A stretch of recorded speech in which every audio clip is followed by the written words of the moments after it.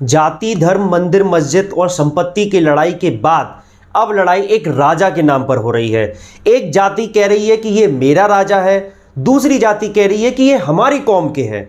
लेकिन किस कौम के हैं ये तो इतिहासकार बताएंगे, लेकिन इतिहास को जानने से पहले ये दोनों जातियां लड़ने मरने को तैयार हो रही हैं। मैं बात कर रहा हूं राजा मिहिर भोज की। मिहिर भोज भारत के एक प्रतापी राजा थे जिनका 9 सितंबर को जन्म जयंती थी। जन्म जयंती के अवसर पर ग्वालियर में चिरवाई नाके पर मिहिर भोज की एक प्रतिमा का अनावरण किया गया, लेकिन रात को ही 3 सिरफिरे युवकों ने प्रतिमा के नीचे लगी शिलापट्टिका पर से गुर्जर शब्द को हटा दिया और क्षतिग्रस्त कर दिया, जिसका गुर्जर समाज के लोगों के द्वारा विरोध किया गया और मांग की गई कि जिन्होंने भी ये कुकार्य किया है उनके खिलाफ सख्त से सख्त कार्रवाई की जाए।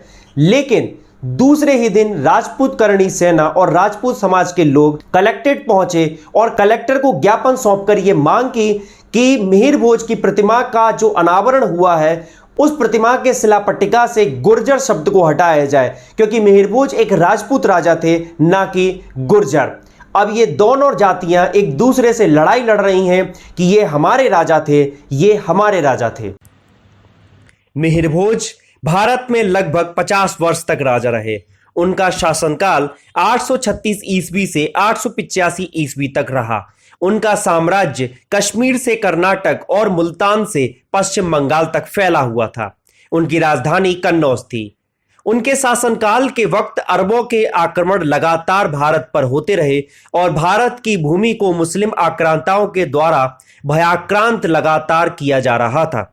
लेकिन मिहिर भोज और उनकी सेना ने मुंहतोड़ जवाब दिया।